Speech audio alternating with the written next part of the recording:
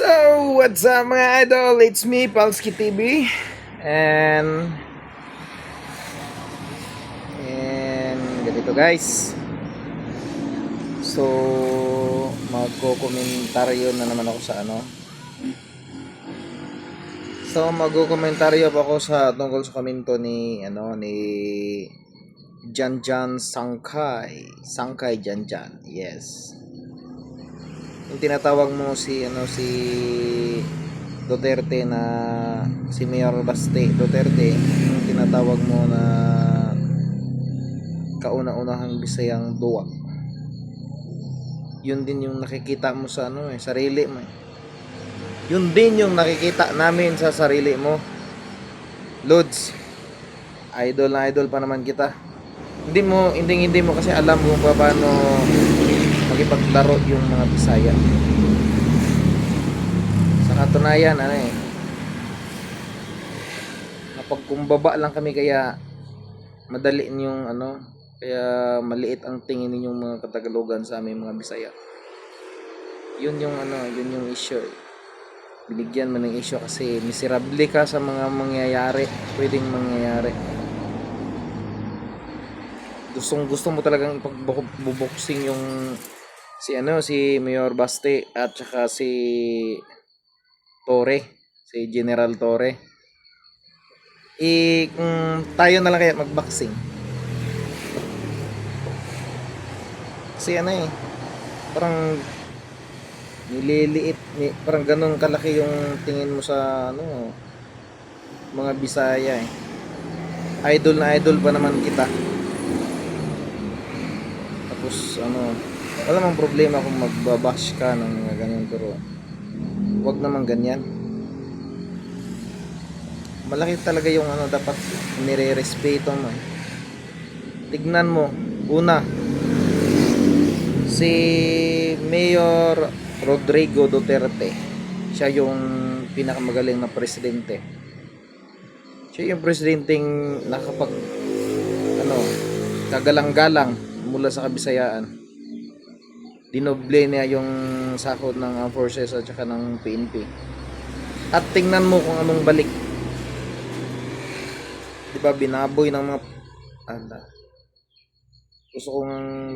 gusto kong magmura. Isa ka naman sa walang walang respeto. At hindi ka dapat ginagalang kasi yung mga taong gagalang-galang dapat mong galangin. Bigyan mo ng respeto. Kasi pag tinatawag mong Bisaya, kahit siya yung tinutukoy mo punto por punto, kahit si Mayor Baste yung tinutukoy mo, nasasaktan yung lahat ng Kabisayaan. Hindi mo lang alam. Binabash mo si Mayor Baste, yung mga Duterte, yung pamilyang Duterte, binabash mo. Para mo na rin binabash yung buong Mindanao at saka Visayas. Yung buong Kabisayaan. Yung Visayas at saka Mindanao, yung dalawang isla ng parte ng Pilipinas ay mga pawang Bisaya yan. Mga Bisaya yan, Lods. Yung mga mula sa tribo ng Mara, yung mga Moro, mga Bisaya yun. Bisaya na Mindanawon, kaya iba yung lingwahe nila. At sa relihiyon lang sa relihiyon lang nagkakahiwalay . Sa pananampalataya, pero yung dugong nananalaytay sa kanilang mga kagwatan ay iisa lang. Kaya kayong mga Katagalogan, huwag kayong masyadong hambog dyan. Kung niyayabangan nyo kami mga Bisaya, hindi kami nagyayabang at hindi kami nagsasalita ng hindi maganda. Kasi alam namin kung ano yung kahinatnan, makipaglaban ka, ano yung kalalabasan. Hindi maganda yung kalalabasan. Pero kung gusto mong makipaglaban sa mga Bisaya, tayong dalawa, boxing tayo. Hindi ako sanay sa boxing. Alam ko rin hindi, kahit anong laban gusto mo, kahit Gusto mo karate, wala problema, di din ako marunong mga karate. Pero ano wag kang masyadong wag masyadong matalim yung matabas ng dila mo. Wag masyadong masama kasi yung tabas ng dila mo. Magbabash ka nang hindi mo kinikilatis kung ano yung punot dulo ng nila. Kami ngayon nakikinig lang kami. Total ganito Lods.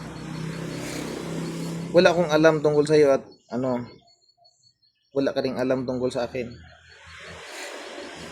Kaya hindi maganda yung sinasabi ko sa iyo. Hindi maganda yung ginagawa mo. Binabash mo yung mayor ng Davao. Kabisayaan. Kauna-unahan yung sinasabi mo, kauna-unahan Bisaya na duwag. Para mo na rin tinawag na duwag yung buong yung Visayas at saka Mindanao, yung buong Kabisayaan. Parang tinawag mo na ring duwag.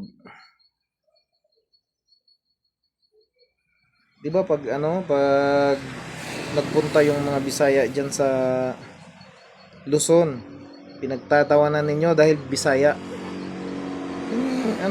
Yung parang tingin niyo sa sarili kayo na yung pinakamagaling, kayo na yung pinaka at yung tingin ninyo doon dito sa Mindanao at sa Visayas, gubat. Parang parang nakakita lang kayo ng Bisaya, parang tingin nyo taga taong bundok. Yun yung gusto na yung kaya pag Bisaya tinatawanan ninyo bubo, ganito, baluktot magtagalog kasi Bisaya yun yung galawan ninyo puro pa naman kayo sa salita, wala naman sa pero kung gusto mo tayo mag-boxing, walang problema. Kung kakasaka sa akin, wala problema. Basta sit mo lang yung laban, Lods. Kung gusto mo makipag-boxing, hindi naman ako mayaman. Lang ako, ordinaryong mamamayan. Vlogger ka, mapera ka. Ako, wala. Kaya alam ko naman pag nakita mo ang video to, liliitin mo yung mamaliitin mo yung Bisaya kasi wala talaga. Pero subukan mo. Ganun ka kasi katabas ng dila mo. Hindi maganda yung tabas ng dila mo, Lods.